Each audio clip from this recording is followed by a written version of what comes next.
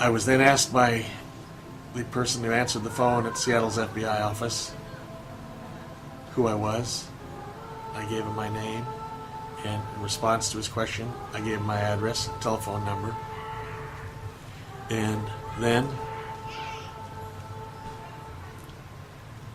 I was asked by the person who handled the telephone call at the FBI office in Seattle to go to the Century Tavern on University Way and find out if in fact he showed up. And so I said, "Yes, sir," and hung up the phone. I then drove to the Century Tavern, parked, and slipped inside from the back. As I came in the back door of the Century Tavern, I saw Charles Chip Marshall was already there, and he was talking to David Greenglass, a Chicago 7 defendant. And I slipped into a phone booth and called the FBI office again. This time, the person who answered the phone was told by me that Charles Chip Marshall was there at the Century Tavern with David Greenglass. And he thanked me again. This was the first call. I hung up, stepped out of the phone booth, and to my surprise saw a University of Washington policeman friend of mine, David Franklin, who had been a friend of mine since the 6th grade in Auburn, Washington. And he was sitting there in a booth. I slipped in the other side of the booth, and I told David, listen to me very carefully. I said, I want you to sit very quietly.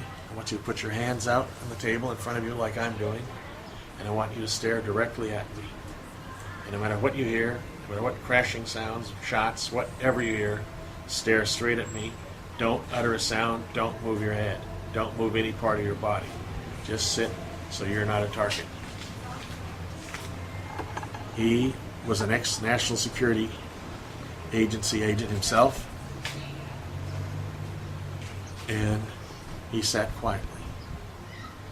We both have recounted since that it seemed like 28 seconds before we heard crashing of windows in the front door in front of the Century Tavern on the University Way side, and in the back of the tavern on the alley side. And at that moment, people were screaming, "Freeze!"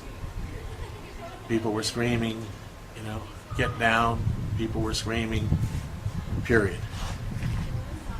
And the combined force of Seattle and FBI agents swarmed into the tavern and took Chip Marshall custody, and briefly took custody of David Greenglass. At that point, I had recruited David Franklin as an unwitting asset of my investigation of the bombings and other illegal work involving the Vietnam War, protests against it, and reactions to those protests. Because David Franklin, a very brilliant national security counterintelligence agent type, knew immediately that I must have planned the raid and that I must have coordinated the raid. And so he knew that I was working for the Federal Bureau of Investigation.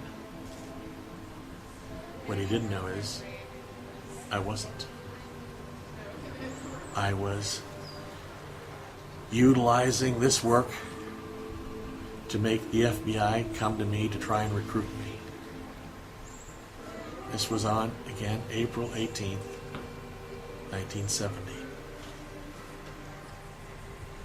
And I knew from my experience as a counterintelligence agent that they would have to find out who that was, who turned in Chip Marshall. They would have to do that because J. Edgar Hoover cared everything about the reputation of the Federal Bureau of Investigation. And that would have been a blot on its record to have a wanted person publicly speak to a crowd of at least 8,000 people in front of the whole world and be filmed doing this, and the FBI be unable to capture him. Well, now they had him captured. And so now J. Edgar Hoover's concerns would have been met. They had captured a man who they had announced to be a fugitive from justice earlier at a White House Rose Garden press conference with John N. Mitchell, Attorney General of the United States, and now they'd captured him a short time later. So now I had made a very significant step in being recruited by the Federal Bureau of Investigation as an undercover agent. I knew they would have to investigate me. And I knew that when they did, they would find all about my background as an agent of the National Security Agency in the United States Army. When I volunteered for the draft, I became a member of the United States Army as an enlisted man. When I was first inducted into the National Security Agency, I was an undercover agent then of the Federal Bureau, the Federal Force, the National Security Agency, which also comes under the heading of the Defense Department. And I was assigned for pay and housing to the United States Army and for operational activities to the National Security Agency as an undercover agent. Okay.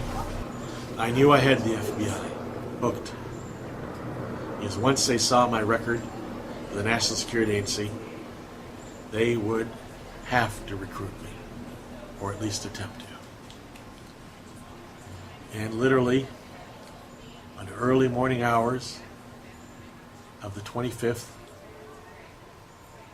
of April, 1970, I received a phone call by a man whose first words were, "Are you alone?" This was approximately 5:30 in the morning. I woke up instantly with that phrase, "Are you alone?" And I answered that I was.